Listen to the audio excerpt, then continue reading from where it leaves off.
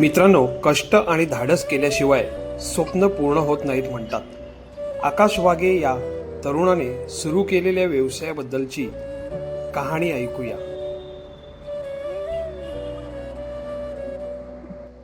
मित्रांनो नमस्कार, शुभ सकाळ. सकाळचे 7:30 वाजलेत आणि मी आलेलो आहे या ठिकाणी. इम्पेरियल टॉवर आहे आणि हा रस्ता जातो दिघा आणि बरोबर मधोमध हा आकाश नावाचा तरुण मुलगा छोटासा व्यवसाय करून एक आपल्या जिद्दीवर आणि पायावर उभा राहतोय स्वतःच्या घराचं उदरनिर्वाह करण्यासाठी. आणि सकाळी सकाळी लोकांना हेल्दी खायला मिळावं म्हणून हा फ्रूट सॅलेडचा व्यवसाय केलाय.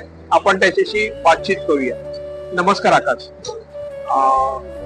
किती दिवसापासून हा व्यवसाय सुरू करतोय? 15-20 दिन झाले. अच्छा अच्छा.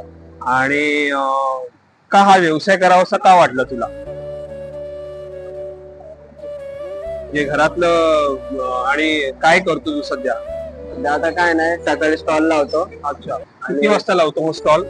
7:30 वाजता लावतो आणि 10 वाजतापर्यंत राहतो इथं. त्याच्यानंतर कॉलेजला जातो 12:30. अच्छा. आणि मग घरात कोण कोण आहे? मोठा भाव आहे, वहिनी आहे, मम्मी. आणि मग तुला हे जे फ्रुट्स करतो ते मग कुठून फ्रुट्स आणतो हे? वाशी मार्केट मधून. अच्छा. आणि सकाळी किती वाजता उठून हे सगळी तयारी करतो? 5 वाजता. अच्छा. आणि राहायला कुठे? त्यातून आलो. अच्छा. आणि दिवसभरात म्हणजे तू जो 8 ते 10 लावतो स्टॉल, याच्यामध्ये किती हे ग्लास बनवतो? 15 ते 20 लाख. अच्छा. आणि किंमत? 30 रुपये. मित्रांनो, आपण पाहाल की याच्या जिद्दीला सॅल्यूट केलं पाहिजे.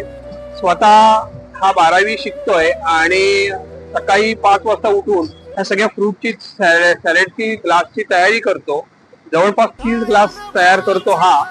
आणि 8 ते 10 हा छोटासा व्यवसाय करून तो दुपारी कॉलेजला जातो.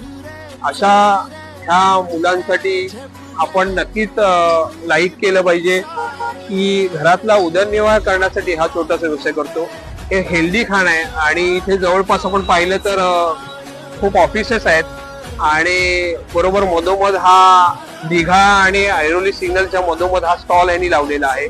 आपण जर हे हेल्दी खाणं येणाऱ्या हजारो ऑफिसला येणाऱ्या मुलांनी जर हे हेल्दी खाणं खाल्लं तर ह्याला एक उदरनिर्वाहाचं साधन आपण देऊ शकतो.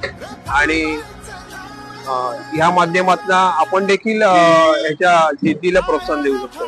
मित्रांनो, एक पाऊल तुमच्यासाठी.